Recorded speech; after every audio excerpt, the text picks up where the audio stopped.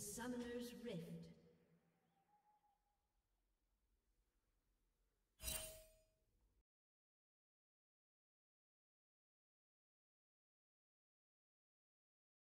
Crowd control, like a Blitzcrank hook or Fresh hook in the early game. So I think it's just gonna be about getting information on maybe the jungle starts, maybe a ward that we see from blue side here. Yeah, They I mean, look we to be see grouped up Orianna on- just waiting there for the wards to just spot out where Lee Sin starts. It could be quite viable, quite vital for the Shyvana, as I think Lee Sin could maybe invading and trying to get her and get an easy kill in the early game. So we'll see about that. But good ward there for sure. 1 on 55 seconds. And we see Shyvana starting in blue. I don't know about that, but I mean, I guess it's fine. Listen, starting on blue side too. So we will see Tristana being able to push in Saya and Janna, which is quite good for them, for just trying to not get pushed under the turrets themselves. Yeah, and as you see here, Tristana and Alistar hovering around pretending to be leashing for the Shyvana, but actually she starts topside. So the blue side team actually has complete awareness of where the Sin is starting, and red side they are not sure where Shyvana is starting, which could play a vital role in the pathing and in the ganks in the early game. So we're definitely gonna have to see about that. Yeah, some cheesy moves in the beginning. So some early trades here in the bot lane. I mean, Orange and Black's bot lane should get level 2 before Lil Squad and maybe be able to do something there. We'll see about that. I mean, seems both teams just there and pushing in. We see level 2, but nothing happening on Lil Squad. Actually, Orianna being on warding mission deep in, and we have also a good ward for Gnar in the top side for Korean Khan. And Alistar's going in bot lane very aggressively, getting the combo down on the Sire. So a bit of damage traded back and forth here. Yeah, and then we see like this is one of the problems of this matchup when your Janna is not on point with first spells, because you need nice trade on LeBlanc with mid and just trading some damage. I mean, if Janna on the 2v2 is not able to just make the Tornado and just prevent Alistar from getting all the and the gank from mid lane coming in forces the flash and the barrier from Orianna. Nice. In return of the Lee Sin flash. Yeah, that's what we were talking about before on Lee Sin and LeBlanc, just getting the pressure out in mid lane and just abusing the fact that they're early game champions and they need to get advantages. So really nice thing on that.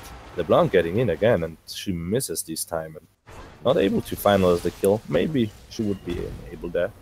But yeah, I mean, that's what we called on Lee Sin. Vinex has done some really good gangs on the past, but never being able to just get back on that lane and being able to abuse of missing on flash. Like Vinex is just first gang is almost always there to help Wheatfish to get some advantages on the early game, but never being able to pressure more than just a normal flash and barrier in the late games. But here we see some engage on bot lane. I mean, we see some trades on bot lane and Xayah being really careful, maybe because of afraid of Janna not being able to prevent their engage on bot lane. But again, it is pretty even. Where we have to see the lead coming is, like you mentioned, the Lee Sin has to punish this Orianna for not having her summoner spells. LeBlanc is up 1 potion and a flash and teleport, so they definitely need to use the fact that Orianna is summonerless in the mid lane. If they are gonna have any hopes about snowballing her in a side lane, as we talked about, is their win condition. Yeah, for sure. I mean, you could also back right now, get some items, and then get back into the lane TP, and Orianna will just be really behind because she has no TP and she has to walk all the way to the lane. We see an Alistar roam here. This would be huge if it pays out, but I think LeBlanc is just too mobile of a champion, and we see Alistar, Fnatic supporter, heading down to the bot lane again. A thing that I would like to talk about is the Shyvana farm. Shyvana just trying to farm away all her camps and already has a small CS lead on the Lee in terms of camps. I mean, that's more or less like, I mean, Shyvana is up 150 gold, but I mean that's understandable. The same as it should be on top side where we see Shen actually ahead. But I mean, Shyvana is there to farm, get level 6, get her items, and to just be a monster in the mid game where she just jumps on people and bursts them. And Lee Sin is just trying to get some gangs off in the early game and trying to be relevant there. So exactly, I think that's and more or less where it comes Lee Sin has to get some ganks off, because if he just goes 0-0-0 and Shyvana goes 0-0-0, she will outscale him and she will outfarm him a lot. And can actually look to solo Drake relatively early if Tristana and Alistar keeps pushing the bot lane in. But that will be a bit later into the game. Yeah, I mean, one of the odd things is that Shen is actually still even CS, which is really, really nice from him. Where Gnar should be the one pushing and pressing, but in the other side we see Gnar. And we see an engage here from bot lane. Alistar going in, the exhaust use from Janna, and it will be nothing more than that. A huge chunk of damage on the Xayah and the exhaust burn, so favorable trade for the blue side team.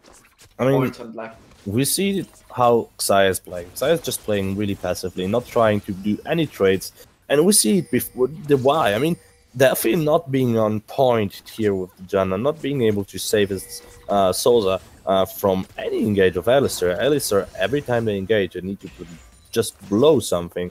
It's exhaust blown here before just half-life just from just a combo and some out attacks from Tristana. So definitely has to step up here on bot lane. Otherwise, I mean, if Tristana's backing and getting a BS for it, Xayah will just take so much more serious damage after her spec if an engage like that comes through.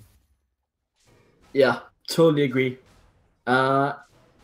The thing we talked about with the jungle matchup, I want to highlight again here, because Orianna's summer spells has now come back up. So Lee Sin actually failed to do anything in the window where the summoners from Orianna was down.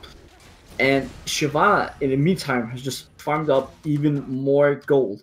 So Lee Sin really has to start getting online, otherwise it will be too little, too late. And we will see the teamfight composition from Orange and Black really start to pop off. I mean, that's a little bit about what we saw in the last. I mean, you haven't been here, but the first stage of the group stage on this tournament was quite. I mean, it is like, oh, we're seeing Shyvana here, and in the first Drake, and there's an Inferno. Yeah, that was exactly the early Drake that I was talking about. With the mid lane and bot lane being able to push their counterparts, Shyvana will have just free room to go into the jungle and solo stuff like the dragon, because her base damage is so high, so she doesn't require assistance from her team. Yeah, I mean, that Inferno Drake is quite big for this composition. And, I mean, it just favors the scaling, it just favors the Gnar matchup, just favors Tristana on the turret and just on the matchups. So we see I mean, it just favors them over and over and over. Nice engage here from Shen. And, yeah, like, as I was saying before, like, Vaynex... Again, mid lane coming in here. Orianna gets kicked, and she actually goes down. First blood for LeBlanc, and a really good game by Lee Sin. Doing the thing we talked about now, starting to come online. Exactly like he has to do. Yeah, I mean, that's what I was just telling about Vaynex not being able to make any pressure. Not just down bot lane, we see an engage. Double ultimate, a flash coming in, the Shen ultimate, but she goes down anyway. That's one kill for the blue side team. Janna is super low. She hourglasses. and that will be the end of it. But TP from both teams are coming down. It's a party down bot lane. Holy shit, nothing actually goes through, and it will be just one kill from the blue team. I mean, yeah, like we see that was, definitely not being on point again, and Sosa dying with flash and heal up. I mean, that's a little bit of individual mistakes and from ultimate Sosa. as well, Shelby. It was in fact a misplay. Yeah. I totally agree. I mean, you have flash up, you have ultimate up, you can die like that, and that is a big mistake from Sosa. I mean, Shen even TP'd, which is not a problem because Gnar TP'd too, and he has still ultimate. I mean, ultimate will be ready before TP, but this makes a really big problem for a bot lane where Tristana is backing now and getting a lot of more gold. Like, she has 600 gold ahead, and Xayah is looking grim because, I mean, it's not about Xayah. I mean, yes, she did some an individual mistake there, but Janna has not been anything at all. We have seen Daffy doing some really good performances on the Morgana, but this time on the Janna just being null, just being a zero factor on this game, and just, I mean, she's just standing there and not even trying. I mean, she's trying, but she's not having any effect. And Tristana almost getting back with EA, and that is just big Tristana coming back from the lane. That is indeed scary components. And here we see again the mid lane. The Q fails, but he ward jumps in. Lee Sin gets the damage in, and actually LeBlanc ends up taking the kill. So they are again trying their hardest, absolute hardest, to get this mid lane snowball going. But another engage down bot lane. And this time she actually survives. Has to burn both summoners and ultimate just to stay alive. I mean, so yeah, we are really seeing the blue side team starting to take over this game from the bot side. I mean, again, we see just Alistar going in and Daffy not being able to stop that Vance, and Daffy had ultimate up, so, I mean, you can just ultimate there and get Sosa out of the problems, and Sosa got even a good ultimate with the returning E's and just got a lot of damage on stats, so maybe with that ultimate, Sosa shouldn't have been... I mean, Sosa should have ultimated in the first place, but Daffy not being there and supporting me is just pretty big, because now a bot lane of Lulzpot is real danger, and we'll see if maybe Shyvana is going on the bot side there. But I mean, we see on the top side Gnar taking the turret, the first plot turret, which is pretty big, and he's getting actually ulting in the Shen, looking to chase him down for the kill. Flash has to come out for the Shen just to escape. Yeah, and we see Gnar taking over this top lane matchup, as we were talking before that Shen was ahead, but now we see just steady 13 CS, and we get a Herald, early Herald of minute 14, which is really nice from Orange and Black. They're just pressuring this this game and trying to take on the lead. 4-man roaming down bot lane, trying to set this bot lane behind. Engage comes in, and Lee Sin actually picks up the kill on the Alistar. Shen ultimates come down to save him. Meanwhile, the teleport from Gnar, he's all by himself though. No assistant, gets taunted, has to flash out of there. A lot of action going down here, but it will just be the one kill on Alistar.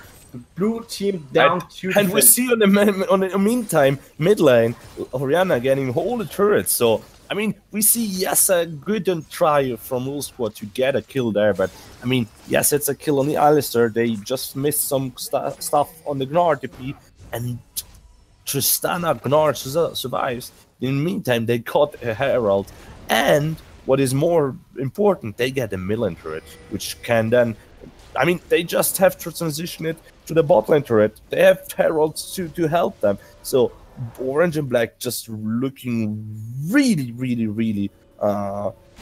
good on this game. I mean, they're already ahead on 2K, have a scaling composition, have Heralds, so this means I mean, at least one tower going down, bot lane turret going down again. So 1.5k. I mean, Orange Black have done everything right till now. I mean, yes, the Orianna has died twice, but they were not able to just do anything there. But we see Orianna getting in and roam from Alistar, and I mean, nice roam, nice damage. Counters. So is Shyvana. There are huge fights going on. And what a kick! Listen, Vinex shows us what his mechanical skill is about. Flash from LeBlanc. And here comes the Rift Herald. And here comes, more importantly, the Tristana. If Red Team doesn't defend very, very soon, that could be actually not just the tier 2 tower, but maybe also a lot of damage on the tier 3, the inhibitor tower. Because Tristana right now, with her Infinity Edge and her EQ combo, takes towers really, yeah, really, and we really see fast. Xayah still being on bot side. I mean, Orange and Black are doing the right decision here, even though they're maybe getting cornered. But no, really good decision from Orange and Black. I mean, they got a turret, they got a lot of damage on the tier 1 turret, on the inhibitor turret. I mean, yes, Listen got a good kick in, they got another kill, but that doesn't mean anything. They're opening the map, they're opening everything for Gnar to be able to pressure the Shen later on, and we see Orianna being, I mean, she's 0-3, but she's not behind in farm. Actually, she's ahead, and she's ahead of LeBlanc in over gold. And, I mean, Tristana just finished EA, Gnar finished Black Cleaver. They're starting to ramp up their items, and we see and we know that the 2 item spikes of Orange and Black is just really, really nasty, especially because Shyvana has already finished the Skirmishes Saber Blood Razor. So I mean, that really means something. LeBlanc getting him some damage, some poke. Yeah, that is exactly what we are looking to see now. All the objectives, the easy ones to take, has been cleared up by the blue side team, and really what they should do now is just get to the 2 item spikes and then look to group up as 5 against this composition. Gnar should have side lane pressure on the Shen, especially after 2 items, so push that in and then look to rotate around the Baron and the mid lane to get down the last towers. Yeah, I mean, Lul Squad is really smart on here. I mean, LeBlanc getting in, nice damage from LeBlanc, which is getting Orianna blown up. And I mean, Orianna has done some mispositionings here, and she has also had stopwatch ready. So misplay here from Orianna again, which gets them in the 4th death, and maybe 1 turret on the top, and maybe also 1 turret in the mid. So Lul Squad showing they're not dead. But yeah, like that Gnar is starting to hurt a lot. That is just really, really nice damage. And I mean, we were talking before about Lul Squad trying to make a lot of plays happen and trying to play around LeBlanc, which should then be the carry. And I mean, we see Listen being 2-0-3 with 100 cult participation, LeBlanc on the others, same 2-3-0-2. So we see a lot of things going on that mid jungle duo, but they were just yet on 90 minutes able to transition that to real objectives, and they haven't gotten the mid lane turret yet, even though they're getting a lot of damage down. So they need to ramp up the mid game by getting that mid lane turret and opening up their map too, because that Orange and Black spot, they're going to scale, they're going to be massive in the 5v5 if, and we say if, Orianna is not getting picked over and over again. So a lot of things happening here, and Lul Squad being on a stopwatch, on a time bomb. Yeah, so right now is where the LeBlanc and the Sin, they start to dominate, because blue side are still not on their item spikes yet, but LeBlanc has finished her Hextech Gunblade, which means that she can just go to a side lane. We see her going top now at 20 minutes and look to pressure. But an engage in mid lane comes in, the Janna ulti comes in, the Shockwave misses. Actually teleport from Gnar 2 coming in. Yeah, a lot of commitment by the Orange and Black squad. trying to get Xayah, but we see now how efficient Janna was on that counter, on the disengage, with just blowing ultimate there. And I mean, Orianna, no damage at all. Shyvana was not able to get any damage because of the Janna ultimate, so nice reaction there from Daffy. Gnar being a little bit over himself.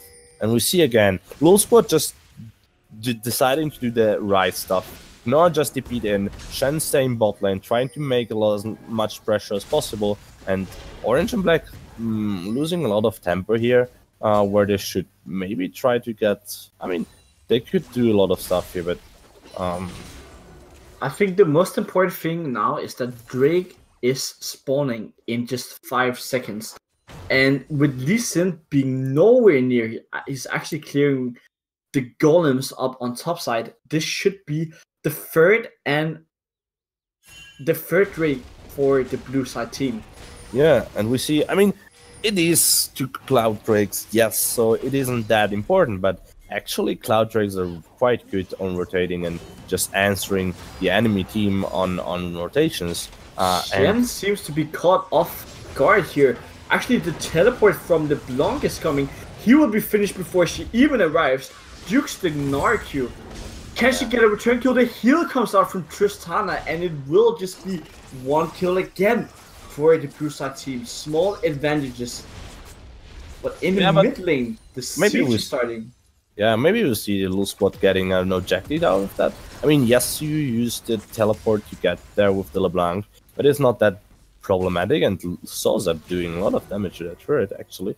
Not being able to get it, but yeah, I mean, we saw Apparent, he had flash up, he had also W up, which he didn't cost, so, I mean, a little bit of misplay from him too, which could have prevented his death. I mean, if he uses Spirit Refuge, he could have prevented the death, but in the end, they get the heal out, they get a lot of damage on the mid lane turret, but they're not getting it, so they're just, I mean, they're trying to do something, they're trying to use the Shen, they're trying to avoid the Gnar Shen matchup, but they're not doing anything. They're a little bit stuck on that mid lane turret. Until that the mid lane turret doesn't go down, it's really, really problematic, because they're not getting anywhere soon. Wow, that Gnar doing so much damage. Heal popped. Shyvana going in, and that is a dead LeBlanc. That is a dead LeBlanc. Really good engage from Shyvana from Infinite. And with that death, yeah, we see the Baron being started. That's Santa Baron. So giving some presence to Orange and Black squad, but it is a 50-50, and Lee Sin goes and he gets the Baron! Lee Sin steals away the Baron from the blue team. He goes down, but if they can save this Baron, it would be very, very good for them. Tristana is jumping in, she's not finished yet. Shen is really tanky with all this armor. Janna looking for the disengage, but Alistar comes in. He's so low, Tristana gets the reset. The Gnar comes in. Mega Gnar with the ultimate, and actually 3 devs for the red side team. Yeah, we saw a really good engage from Lee Sin, getting in with the Shen ultimate, being able to steal it. I mean, I think Shen ultimate was a little bit overkill, but really Vinex showing us that his smite are in point. And it's not the first Baron he stole this tournament, so really, really nice job there. And then I mean, you just need to let Alperen and Vinex die there, because they already got the Baron. You have Baron on 3 people there, on LeBlanc, on Sosa, and on Daffy. So just let it be like this. You got the Baron steal, and you have the possibility to push and to pressure with that. But so they just have it on Janna, and they're just wasting the... I mean, they wasted 2 Barons and gave 2 free kills with a turret there.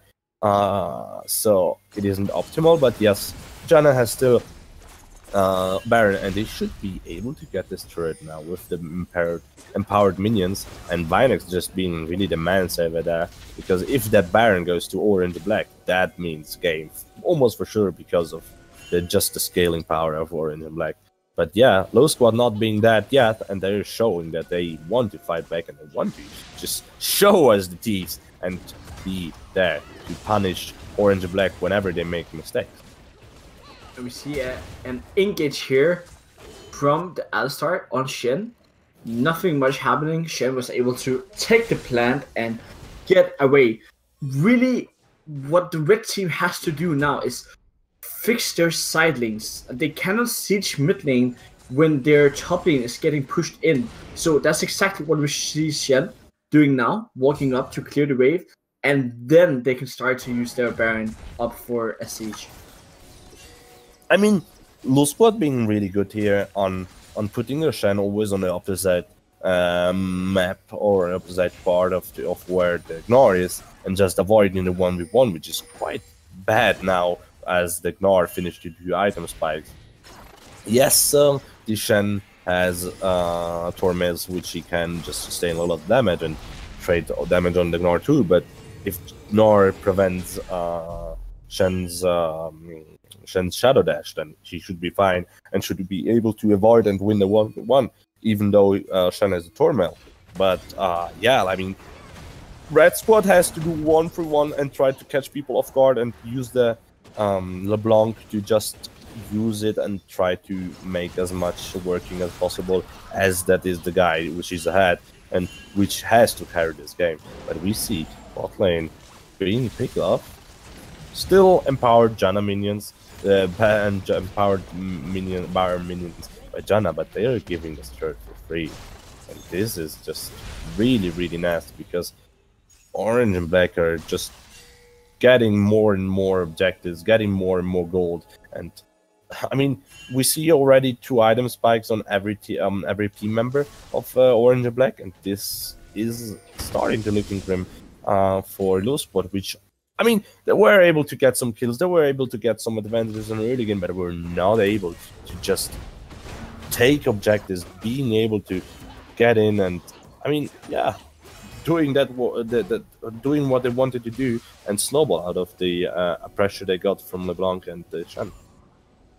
Shyvana, in the meantime, getting next Drake. I mean, it's sad because it's like 3 Cloud Drakes, so it's not that good for Orange and Black, but they will move to Speed of Light around from into the Summoner's Rift. Yeah, and as we can see, as soon as the Baron buff ran out for the red team, blue team was just back in control, back on those towers, getting the siege down with their Tristana, who is, by the way, really, really huge. A lot of gold up on the Xayah. And with her items that she has now, should be able to just completely dominate team fights and completely demolish all the towers that she may face. Yeah, I mean, like, we see Tristana on a 3 item power spike, just static, finished. And we have Xayah. Yes, Xayah has a lot of gold in the pocket, but I mean, it's not there to get the 3 items. And Tristana with 3 item power spike, we know what that happens. That is just so much damage coming out from her. And I mean, yeah, we're getting to the point where Orange and Black composition is just way better than Low Squad's one. And unless they're making some mistakes, we see Shen again out of position. Maybe he can escape it, but I mean, caught here, I think it will be so hard for him with the 2 frozen mallets coming in from the other team. Actually looking for the Shen ultimate on the LeBlanc. And he gets out. That is just really smart good play. Really good call. I mean, Alperen shows us how you escape from 5 man, get a turret, and I mean, get an advantage out of it. He's SOAS, yeah, man. I mean, he shows us really good macro, and that is why we're... But engage mid from the Alistar here. Let's see. Alistar going in. Not able to find the kills yet. Where's the Orianna Shockwave? It only catches Lee Sin. Good ultimate from the Janna. Nice headbutt from the Alistar, and Xayah absolutely melts. That's the first kill. Shen is being chased down on the side. He will go down too. That's 2 kills. And a really, really impressive play by Alistar, Fnatic supporter, coming in twice, with the 4-man pulverized combo. Imagine if there had been just one Orianna ultimate on those. That would have been devastating. Yeah, I mean, Orange and Black splitting up a little bit on the beginning with Shyvana going LeBlanc. We see Orianna not getting best shockwave on Lee Sin, just on Lee Sin. Xayah surviving it, but then the re-engage of Fnatic supporter, which is just incredible, and just getting so good 4-man combo, which just destroys Xayah and makes the retreat, and that sounds the retreat of Lose Squad. And I mean, they're again on Baron, but they're not trying to do anything against the Binax. Can Lee Sin come in and steal it again? He actually does! Holy shit, Lee Sin with the second Baron steal of the game! Yeah, like really good. Actually, Orianna almost goes down and she goes down here. Xayah still full health in the front line. Can she pick up more kills? Nars super low. Tristana jumping in, gets the reset. She's killing, she's resetting, she gets another kill, double kill for Tristana, and it's almost an ace for both teams. I mean, holy shit. Binax again. I mean, Orange, this is all on Orange and Black. I mean, you have 5 members up. You just try to get the Lee Sin out of the pit. I mean, you're Alistair. You ignore. You just go in him and chase him down, and you're not allowing him to get into Baron pit. Instead, they just try the 50-50 smite again, and Lee Sin smite is just really nasty. And there, the mistake of Lose Squad happens because, I mean, you got the Baron, you got all of them got out, you even got a kill on Orianna. Just back off. I mean, you got 5 members with Baron. Even if you lose one, who cares? You are in control again of the game. But again, they make the mistake of fighting after they took the Baron. Maybe overconfident on killing the Tristana. And, well, they lose all members except from Lee Sin, which now has the only one having a Baron buff and not being able to use it that properly. I mean, it's a jungler, so he needs to just come into lane. But that Tristana will not die again. I mean, she didn't die yet, and she's a 6-0-4 Tristana with almost 5 items completed, and that's scary because that. I mean, we saw it in this fight. Tristana just putting out so much damage, not dying. Xayah being almost really able to kill her, but I mean, it means that Tristana is getting to the point where she just kills people from range, and we see no real engage from Lose Squad, which means that Tristana will have just free damage on everybody on the front line, and we see just Shen in the front line, which is good. Alistar here coming in with the engage, the Shyvana jumping in, and right away Xayah goes down. Shen is being chased by the entire team. He will not get away from the 2 first mallets. And with the death timers, the inhib open, that might spell the game for the red team. Yeah, really nice engage again from Fnatic support, which has shown us just really good Alistar after the laning phase. And also in the laning phase, he has just shown that he has the stuff to make it work. And again, 2-ban ultimate, and the other side we see Shyvana with the Tristana going on the Xayah. Xayah, on the other part, flashes away sidewards, which is not optimal, and gets killed right away, which then results in Shen dying too, and this means game for Orange and Black, which shows us that this composition is really nasty to work against, and GG for them. GG indeed. So, chat, 2 Baron steals was not enough to seal the deal for the red team, and it will be Orange and Black picking up the first win in this game of best of 3 series. I mean, yes, like Orange and Black win the first. They show that they're, I mean, they're slightly the better. They're slightly the better team, so they're just showing that it is the team to beat in this best of 3. Lose Squad showing some good. I mean, they showed us some quite nice actions, but not able to be the ones pressing the advantages after they got the LeBlanc ahead in the early game. I mean, didn't result in any lead of that resulted into any objective. I mean, they got no Drake, they got no turrets, they got nothing out of that early advantage from LeBlanc, which means, yeah, I mean, they could have done more. Yeah, I think it took too long for the Lee Sin to actually pressure the Orianna. They did get the kills, but by the time they did, Shen was already getting pushed into his lane. The bot lane was also getting pushed in. So I think the red side team here has to get a stronger duo bot, one that can hold its own, so that the Janna and Sire are not in constant fear of getting 2v2 killed by the Tristana and Alistar, because it did feel like they were struggling to hold their own down in the bot lane. Yeah.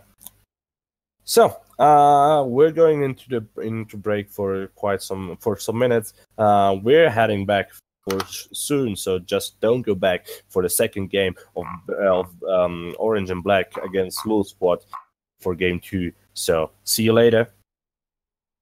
Bye. Okay.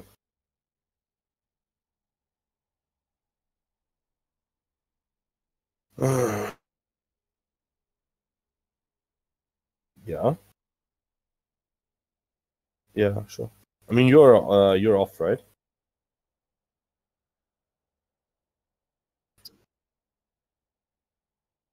But okay, but it.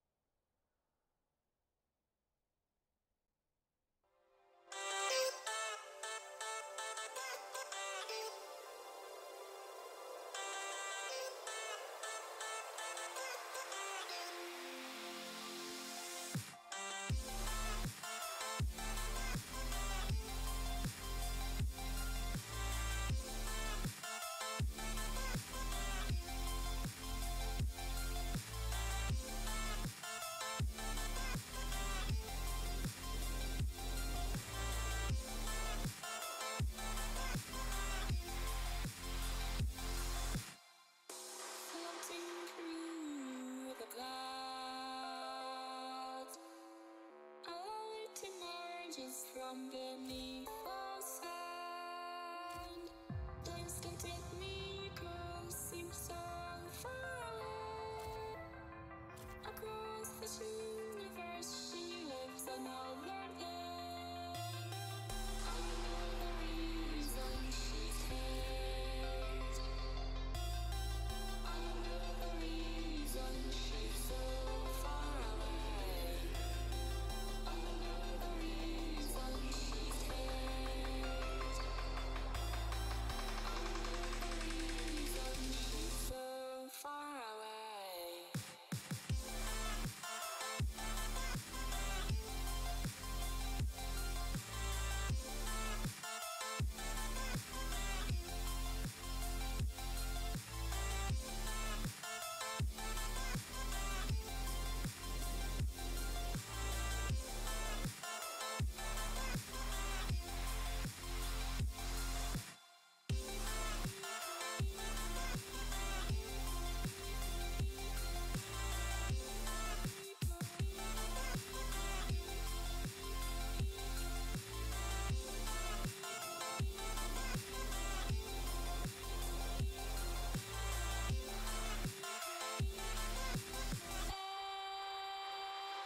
Nicole, how could we run from everything we have done?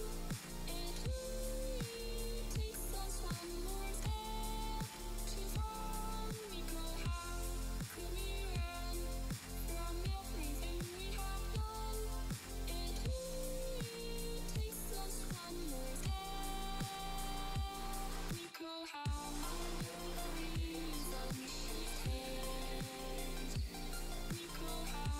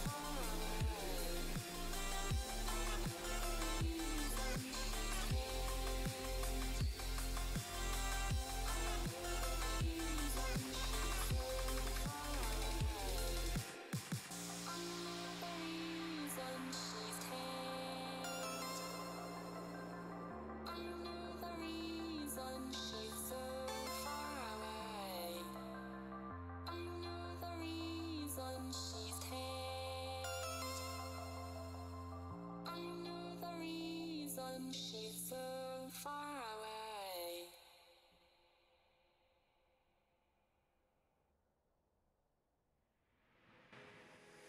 Take me away from home. Show me all the places I've never known. And we'll chase the night. Erase all of these broken dreams and flight. And we'll fly.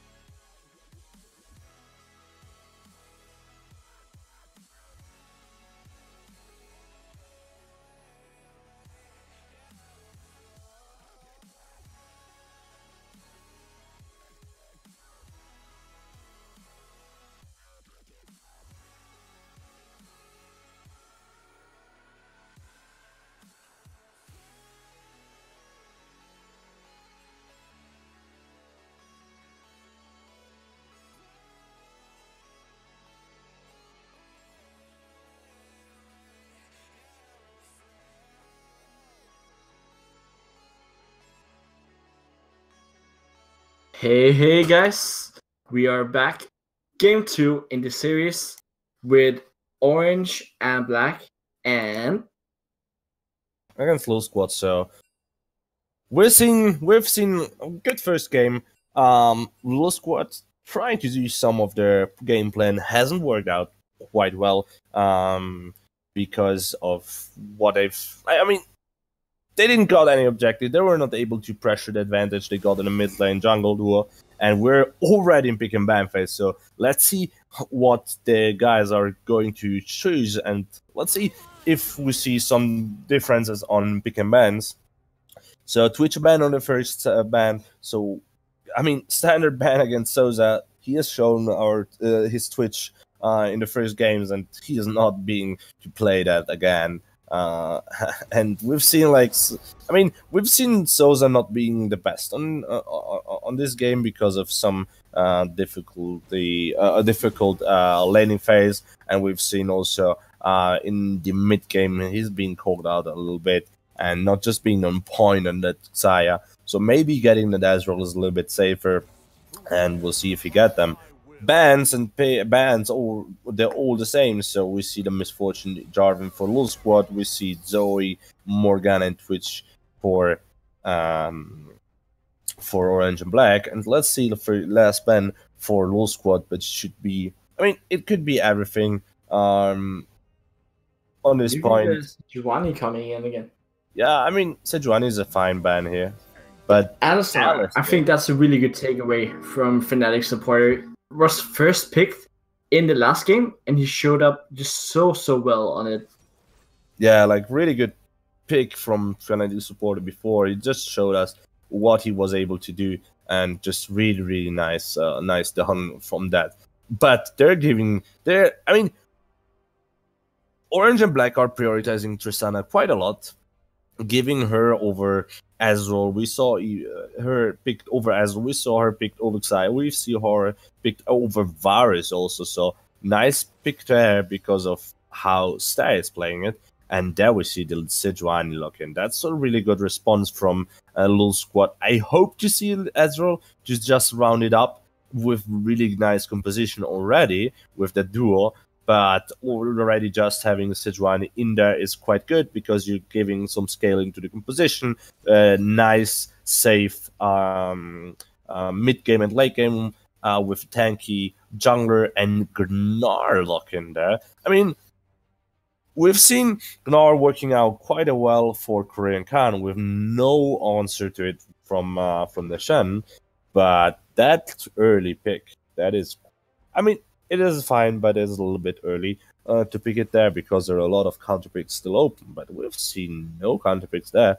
Shyvana in the jungle for Infinite, showing that his Shyvana was not bad. He wasn't good either. He wasn't that Shyvana that just destroys everything as soon as she gets ahead, but has shown some good stuff there.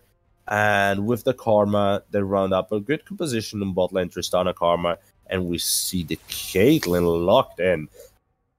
I mean, Caitlyn is okay. She's not the best AD carry right now. Actually, she's one of the worst AD carries right now because she's just the laning phases. She's not getting anything out of it. Pressed attack is not that good on her because she needs the scaling of the 3 item power spikes, whereas Tristana gets it faster on the 2 item power spikes, and they get just so far ahead with Misfortune, with Ezreal, and I still see no point why. No, I mean, Ezreal has gotten through bans and picks on both teams, and we just know how strong Ezreal is. Right, Slabby? Yep. Yeah, both teams choose to go away from the Ezreal, which just means that simply they cannot use it to its full potential, or simply the ADCs prefer something completely different. I think the Shyvana pick is very smart from the Red Side team because it's From good Blue Side, into. From Orange and Black Infinite. Oh, are they Blue Side again? Yeah, they're Blue Side. Okay. It's good because it's into a tank jungler, so neither Gnar or Shyvana can actually punish the pick early. With Shyvana, you need to go into her jungle, dumpster her lanes, and prevent her from scaling. And Sejuani doesn't really do that. So I actually like the 3 first picks here from Orange and Black. Yeah. But then I see something that bothers me a little bit. I mean, the bands Mazar, Shen, Syndra, and Lulu are fine there, but then we see the Leona pick for Lulu squad. I mean, Leona's herself is not bad. He's good champion, has a lot of CC, is in meta, pairs up with Sejuani Gnar engaged really well, but then paired up with Caitlyn, that's a bad duo. I mean, Caitlyn herself is not good. You want to siege with Caitlyn, and you're not the type of AD carry which are there to engage. So Caitlyn doesn't fit in this composition. I mean, I think it's a hyper carry, so it's like comfort to Souza, but that is not what you want in a composition like that. You want Aksai, you want Tristana, you want an Ezreal, you want something that can follow up on the damage or on the CC that Leona, Gnar, and Sejuani brings in. And Corki Jace locked in for Orange and Black is just really nice there, because we see so much damage, so much poke coming in from Orange and Black. Jace being a counter for Gnar since Gnar has been there and since Jace has been there, and Corki just being overall good pick on mid lane, even though Talia is able to push him in, so it should be fine there. But, I mean, we see 2 different compositions. I think Lulu Squad's one is more on the safe side because you have Gnar, which will eventually get ahead on the Jace in the late game on the 3 item spikes.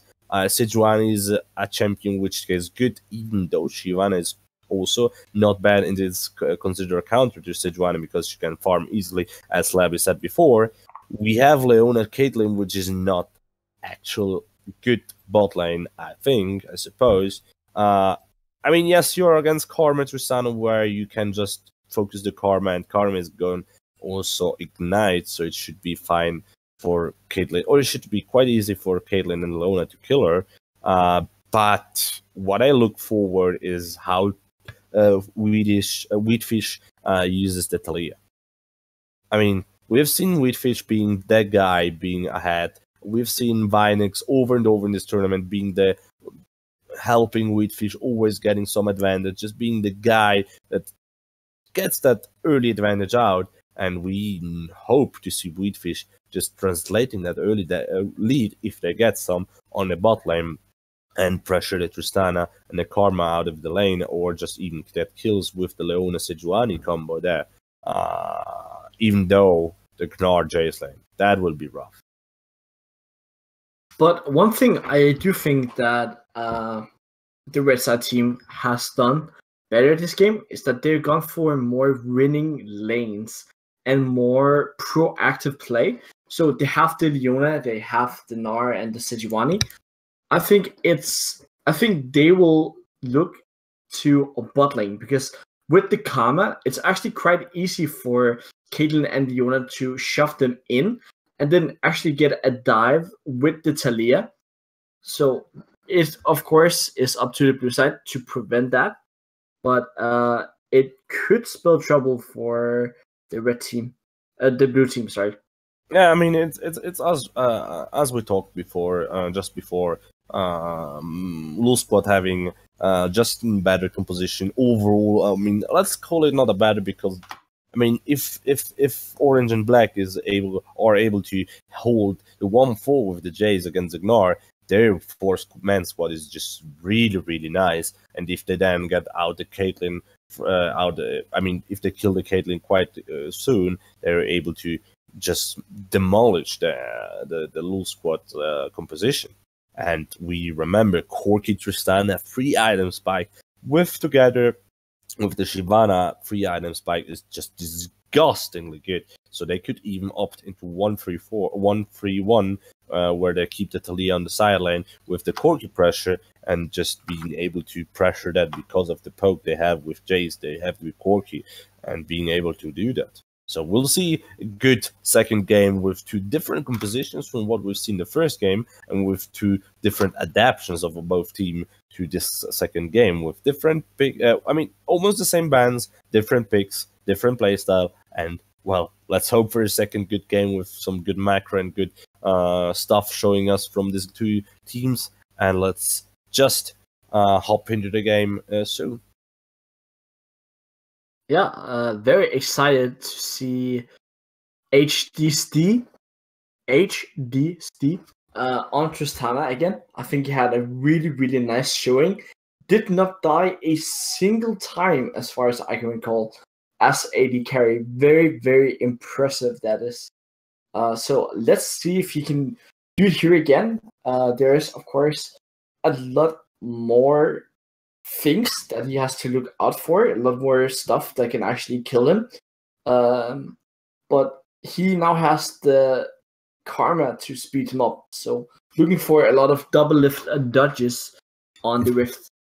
Yeah, I mean, Star is really big.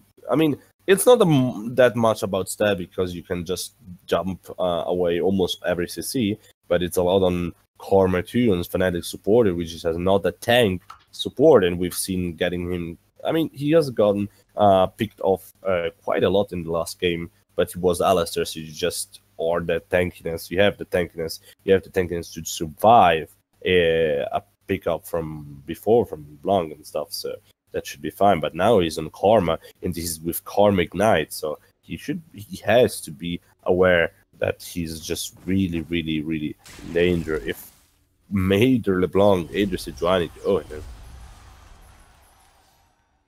Yeah, not too many tanks on the blue side team now from Orange and Black. They will have to get Sejuani on a lot of tank items, because it's gonna be very, very easy for Sejuani to simply just ulti almost anyone, except maybe for Corgi, and just burst that target. Yeah, I mean, obviously, yes, but they have nothing else than Shyvana engage and the Karma speed up to engage. And on the other side, we have Gnar ultimate, with Shyvana ultimate, with Taliyah with the wall, with also Leona with all the engage she has. So it should be Loose Squad engaging and not getting engaged with all the stuff they have. So it just depends on if Blue Squad is able to do the first move, or if Shyvana is just being able to just jump in, get a kill, and get resets for the Tristana down, which can then reposition herself and just not get killed or get damage from Orange and Black, from Blue Squad.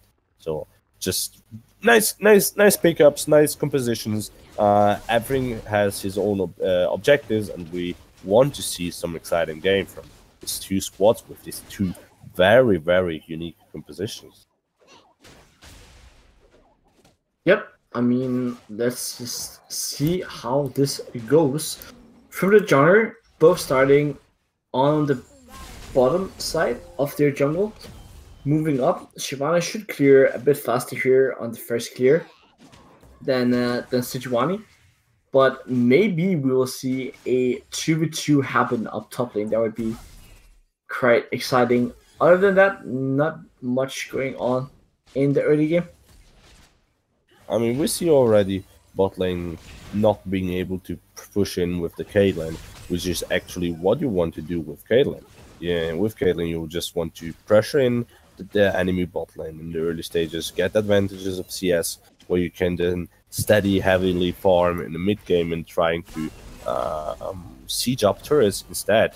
Souza has gotten everything from support, which has shown a second good game today, and it's just showing that he knows the limits of his champion, getting a lot of damage down onto Souza, which has to burn his first and only potion.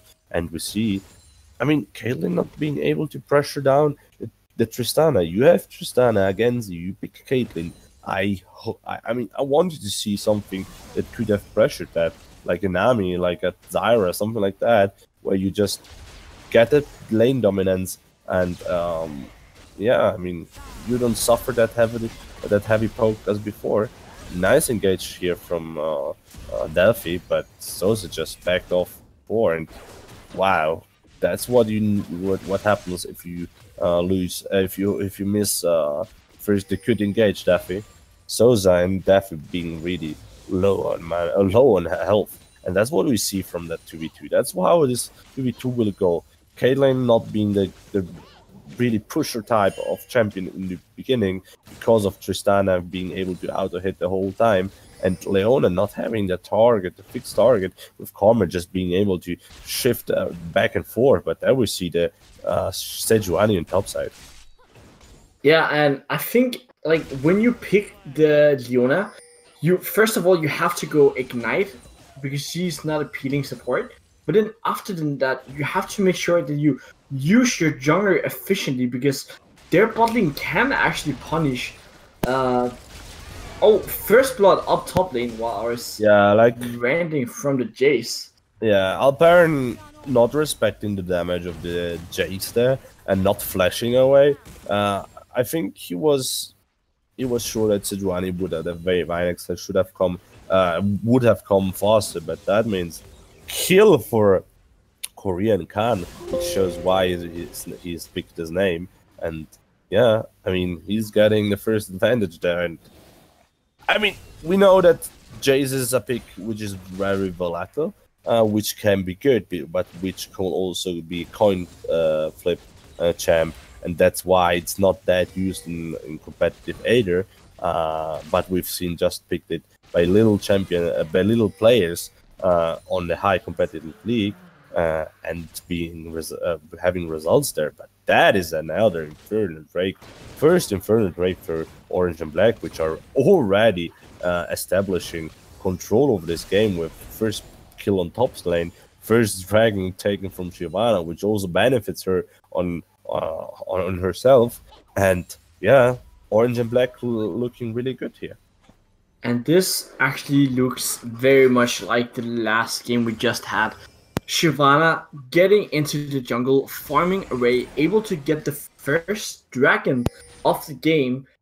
Bot lane from the red team again being shoved in, and nothing really too proactive from the jungler either. I feel like if you're gonna play this style, that you have to pick up something a bit more scaling, Because what the blue team has been doing is just picking scaling drafts in both games, and then just not getting pressured at all, not getting punished by the red team. Yeah, I mean, that's a little bit what Lul Squad had tried, but that was In the mid lane, we see a kill. And Nice actually, I just found out that the Talia took Smite as her summon spell. I think that was a mistake. Up top lane though, Jace getting knocked into the tower. Gnar flashes on him and a solo kill by the Gnar. Yeah, Alperen really good there to just abuse Korean Khan's mistake there. But that's the first time. I mean, Wheatfish, I'm sure he has Spellbook as a mastery, and that's why he has now Smite. Oh, right. I'm quite sure he had the P before or even heal, so that's why. Corki going in again and so much damage already with the chain completed on Natalia, which has to be careful now without Flash. But yeah, I'm quite sure that the spellbook and that he misclicked it, or that he had taken Smite to fight the first Drake, but hasn't worked out well as he wanted. But we see like bot lane pushed in, Shyvana can get into the jungle, and that Sejuani is now risking everything. Or maybe not. Yeah, well, I mean, that's really bad here because of Lul Squad being pressured so early. Corki has the advantage there. I mean, if Jace don't fucks up there, he has the advantage as well. And then we get bot lane pressuring in over and over, and we're talking about Tristana, which should be pressured there. Sejuani is saying hello to his enemies, and Shyvana jumping in, getting a lot of damage down, and that Sejuani is a dead Sejuani, that ball. That is a first kill for the Shyvana, already starting to ramp up. Yeah, she's gonna scale like a beast. I actually just did some research, and it seems like the Talia, in fact, has just taken Smite by a mistake. She doesn't have spellbook. Oh, so it is. I mean, I guess if you, well, whatever. I mean, if it would have been a mistake, I'm quite sure that she would have asked for a make or something. But maybe it was a mistake. Well, time will tell. We see Yeah. the bot lane sieging, and again, Sejuani just completely on the wrong side of the map, nowhere near to defend. And with the Tristana E, they could spell first tower and maybe an engage. Nah, I mean, this is really good by Orange and Black. They're getting the first blood turret break on the bot lane, and then they could rotate top. Vinex on the wrong map. I mean, we've seen Vinex a lot of questioning jungler pathings in the past, trying to help Alperen where the composition was for Sosa, built for Sosa. So we see some. I mean, I don't know if it's miscommunication or it's just a bad pathing from Vinex, but that's not where he should be. He should be in bot lane or in mid lane and helping his teammates instead of being on top side where Alperen has just to ramp up and get to these free item spikes where he can then start to battle Jace again, even though he is in a not favorable matchup already.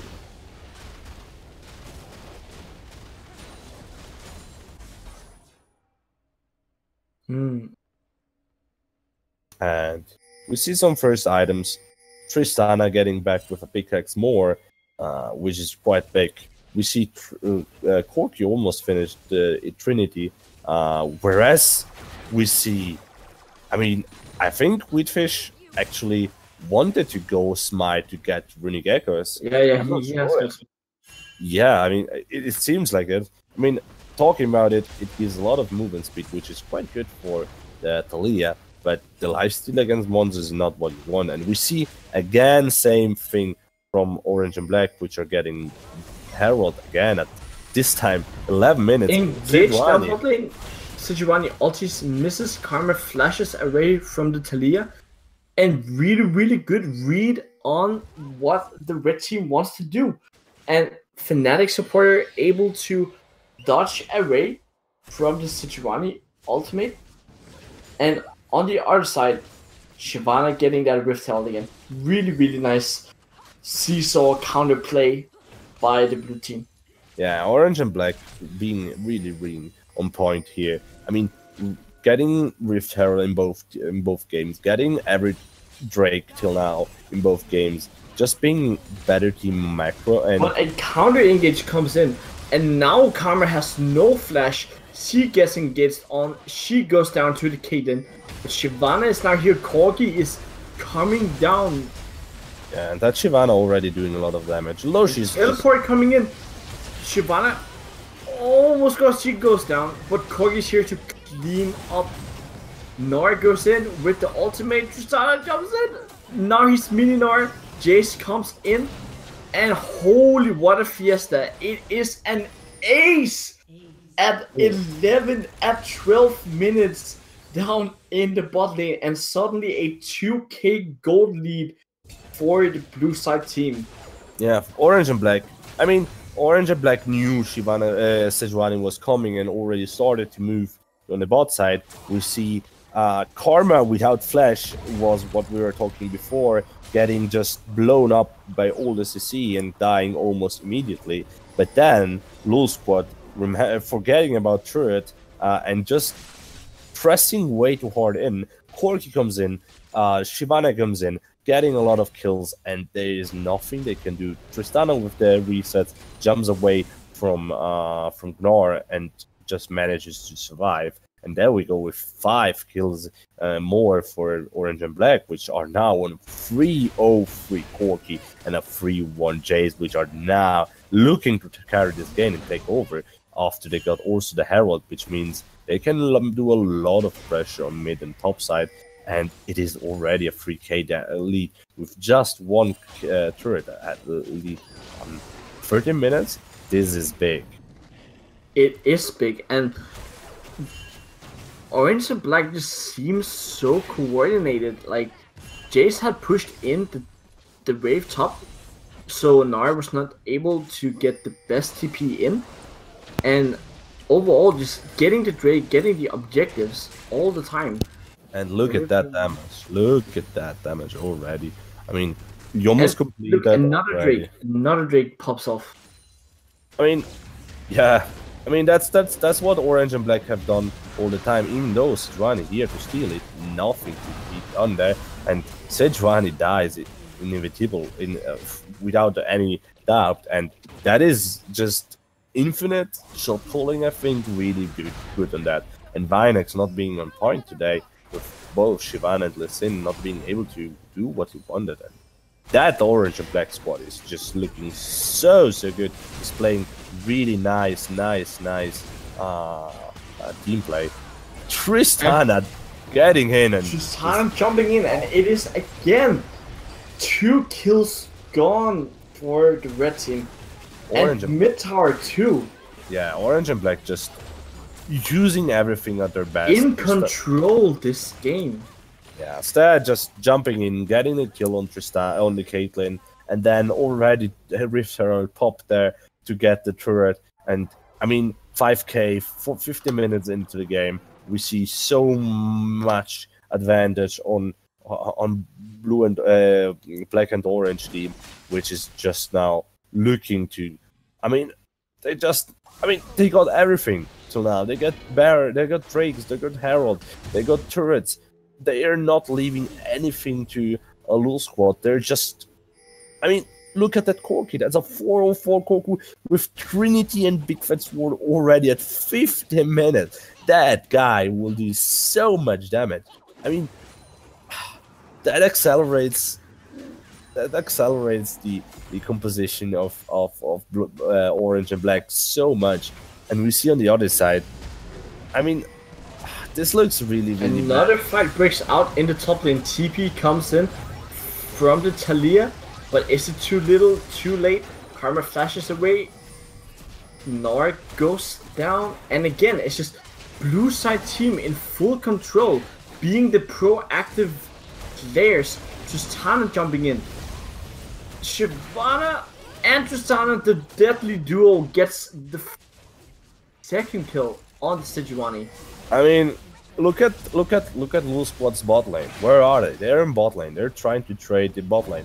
Why is Lul Squad's other three members trying to battle on top side? And nice kill there. He is not in getting the kill. Nice play by Waitfish. Getting the kill on Fnatic support, which is just a little bit cocky there and not respecting the damage of what Atalia can do, even though it's a smite Talia. So, I mean, Souza and Daffy were just pushing on bot side. Why would you try to defend the turret? Why would you try to even counter engage with the DP on a 4v5 or on a 4v3? That makes no little sense. And Orange and Black get another turret. I mean, it's an exchange for a bot lane turret, but it's way more valuable on the Orange and Black squads, which are now controlling this game and opened finally the whole map. And I want to see them closing out this game quite safely, quite coordinated, without any slips from here on. Yeah, and it looks like they are in a really good position, Orange and Black, that is to just take over and finish this game. Because even though they don't have what you call a main tank, it doesn't really matter when they're so far ahead at this point, because Tristana can just meld whatever front line that is on the red side team, and I mean, Leona cannot tank anything either. So it's not just the Tristana. We see also the Corki being there, just so strong. I mean, Shyvana flashing instead of ulting is a little bit weird, but it's a decision to maybe say I can fight even if you engage now. But yeah, I mean, Corki and Tristana. I mean, Tristana not yet, but we see that 406 Corki doing so much work, and they will just melt the Lul Squad's tank line right now because they've just no armor stacked down yet.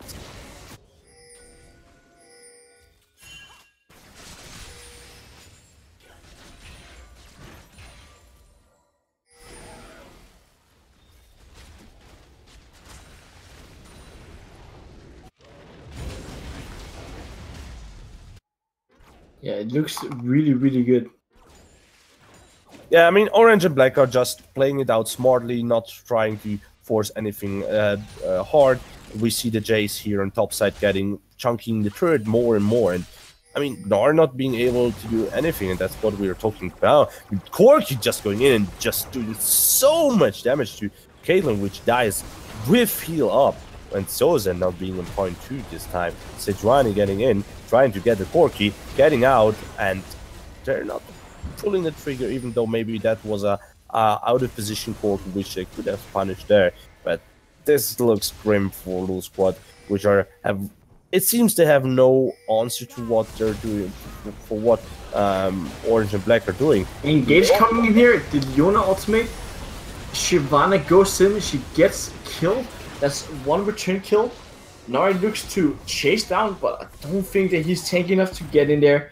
Yeah. And it will be tower traded for the kill on Sejuani. Sorry, Shyvana.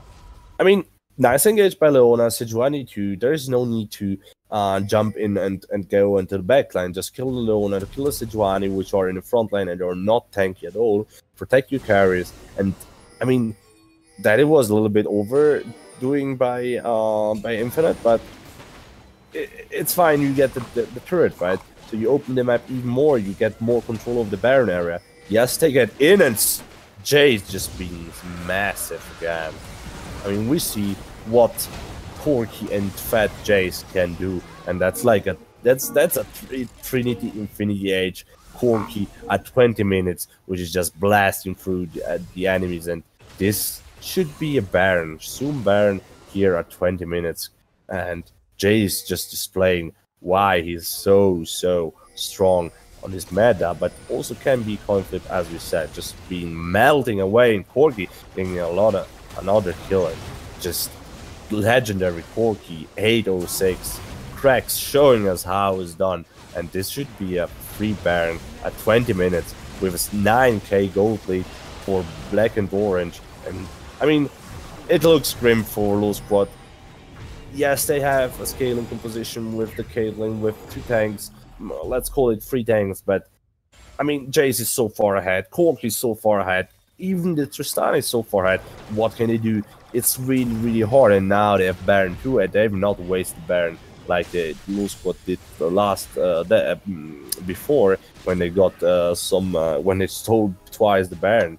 So this is looking for a fast game from Orange and Black, which are stating that they're the team to beat here, they're the team to fear in finals. It just looks like that right now, with Shyvana not having backed and not.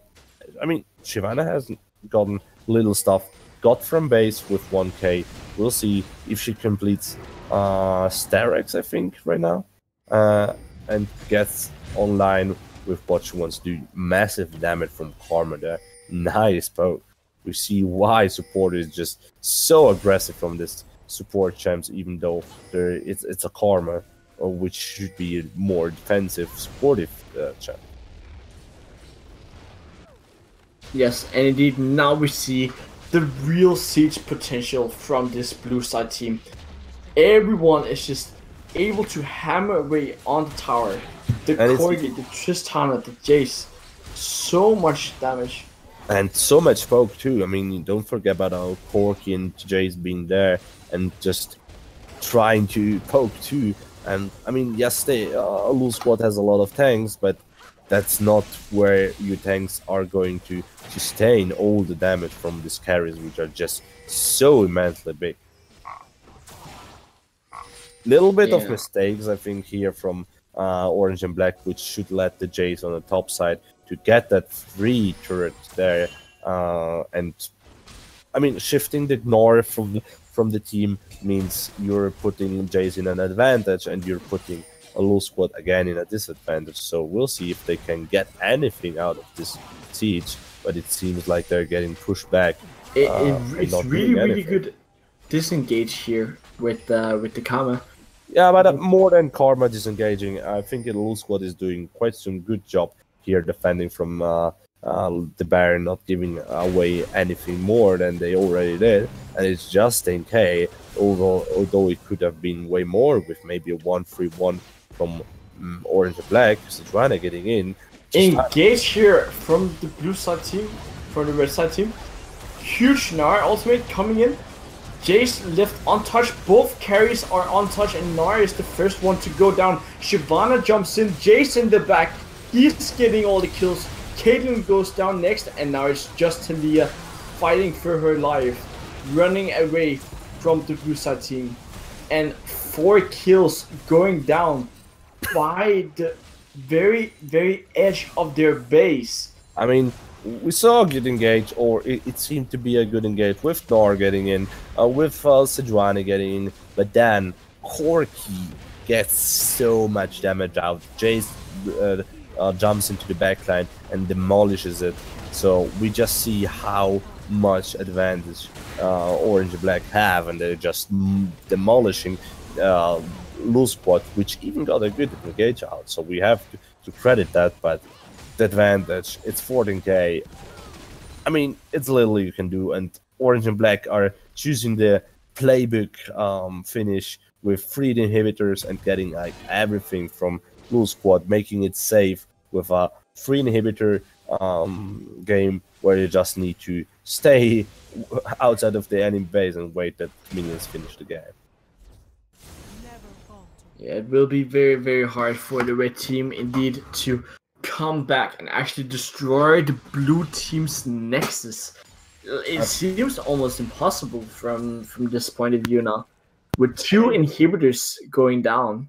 I mean, you have the Tristana almost on 3 item spikes, whereas Caitlyn is far away from that 3 item spike you want to get in line. You have, I mean, the Taliyah with Smite hasn't worked out well. You're just at 2 items, you're at 2 item, whereas the Corki is at 3 item with an 8. And Corki goes in all by himself, but they're so far ahead it doesn't even matter. Nothing can kill him. He is invincible. Leona not tanky enough. She goes down, and the siege begins once again. I mean, Lul squad needs to clear minions. Corki, Jace, Tristana, Shyvana, doing just so much damage. And they get it. I mean, look at that. They get just an easy turret again, whereas Lose Squad is just there trying to defend from super minions, which are doing a lot of work on the bot line turret, inhibitor turret actually, an exit turret. This is the last stand for Lose Squad. They need to do something here. They need to try to defend and engage that, because otherwise they just lose inhibitor in turrets here. But look at that damage from Corki. That is just disgusting damage. And I mean, that is a 9-0-10 Corki, free item at 26 minutes. What do you want to do? I think it's a little bit. I mean, why isn't Orange and Black finishing it? I mean, that's the point where you finish it. Yes, you can go back, buy another item, get some more stuff, get done, and get Drake 2, finish the game off cleanly. But I mean, you can just push it in. You have 3 waves pushing in with 6 super minions each time. You didn't need to back off, get the Drake, and then get there again. Maybe they want to be super safe and go for the Baron. Yeah, I mean, That wasn't 20 minutes. yes, but it isn't what you should do. I mean, you have that advantage. You have a composition that is better in the mid game because of how you played it out, and because of they will fall off a little bit. But why don't you press that advantage? Why don't you try to just finish the game as quickly as possible instead of? I mean, you never know in League of Legends. There is also always the comeback play. There was always one person getting caught, and then you can get off all his buys and just.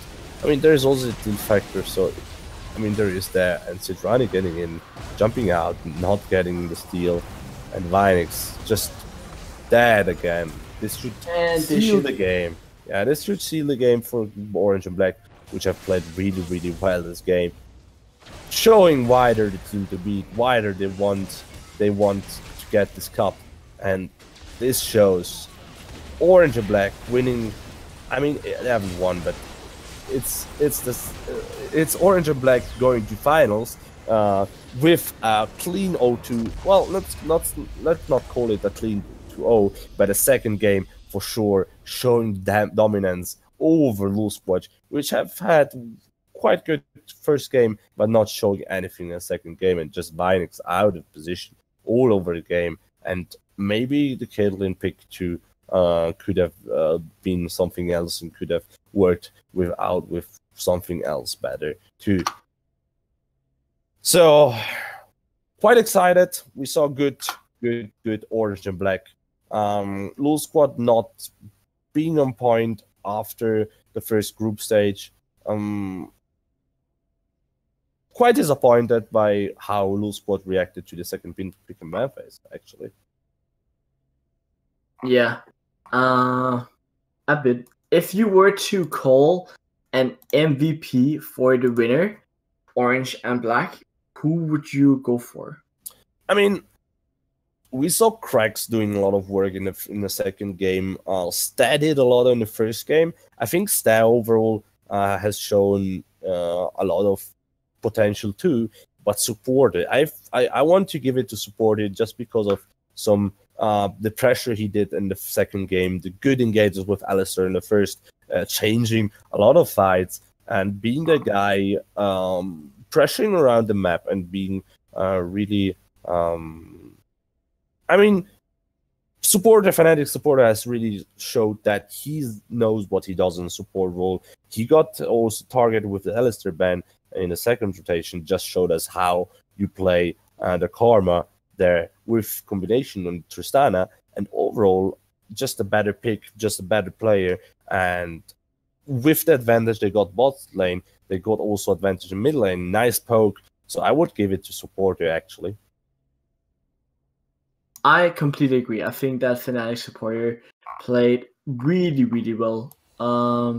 Especially his Alistar in game 1. I was a big fan of. Of his Yeah. Alistar. Yeah, really, really good. So with that, Completely agree. I think we're gonna close out the game for today. Yeah, I mean, we will see us tomorrow. I'm not sure if it's the same hour, but it should. 32nd semifinals, and yeah, we'll see if that goes on the same on the same